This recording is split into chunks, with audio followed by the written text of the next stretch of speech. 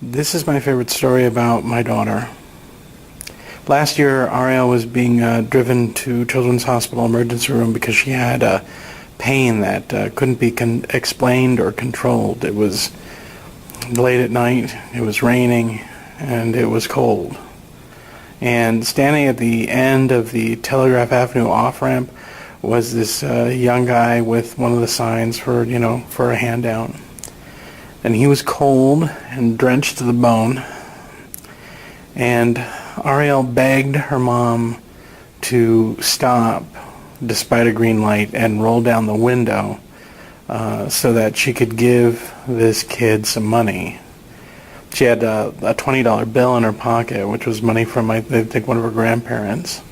And it was money that she was, saving for like a new DS game or something. And the man approached her. He could see that she was thin and, pale and bald and in pain from her chemo treatments. And as she pushed the $20 bill into his hands, she asked him to, quote, go inside where he could get warm or he might get sick. And Ariel was happy. But she's still worried about the man for several days after. My daughter is kinder than I am, more trusting than I am, wiser than I am, funnier than I am.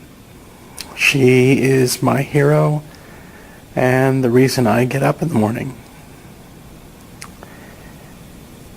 And her fight with cancer may almost be over.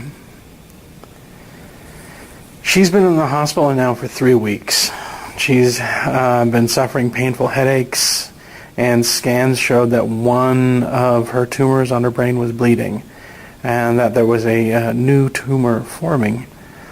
She suffered a grand mal seizure while in the hospital, as well as several other smaller ones, before she had burr hole surgery to drain the blood out of the major tumor that was bleeding. But afterwards, her pain continued, and an additional scan showed that the bleed had gotten worse. She then had a double craniotomy to remove the bleeding tumor as well as the new one. But her head pain continued, and another scan showed that the bleeds were still there and seemed to be getting worse.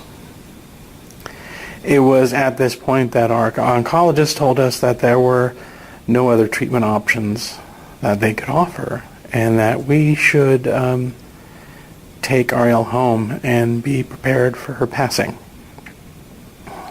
There is just one problem with that, and that's Ariel wants to fight. Samples of her tumor have been sent to Memorial Sloan Kettering in New York City for an experimental treatment. If the agent that they are using with the test shows a positive tumor response, in other words, it shows that it could be effective with Ari, she will qualify for the treatment and she'll have to travel to New York to receive it. This treatment is her last option. If the tests are negative, then Ariel will come home for good, where we will try to fill her days with joy. Her treatment has had a heavy fiscal impact on my family. After 2.5 years total of fighting this disease, we no longer have a good credit rating or savings. My wife currently cares for her full-time, so we've lost an income. No matter what the outcome of the tests show, we are asking for fiscal help. Whether that's to pay for a trip to New York for Ariel and her mom for potentially life-extending treatment, or for a final good memory for Ariel, if possible, and for her memorial. I know I've asked before, and the generosity, love, and support was overwhelming and humbling. I ask you again for your support. Down below is a link to the Team Ariel website. There is a PayPal button there. Donate as little or as much as you wish. Last time, hundreds of people donated as little as $3 or as much as $500 or more, and gave Ariel the gift of Hogwarts. a trip that she still talks about every day. I pray it can do the same for what she faces ahead. If you can't donate, we understand and appreciate your attention and emotional support. If you can, thank you. Your donation means more than you can ever know. And please feel free to mirror and share this video with people. Last February, when they found tumors on her brain and spine, she was given 3 months to live. That was 6 months ago. Ariel has always defied the odds.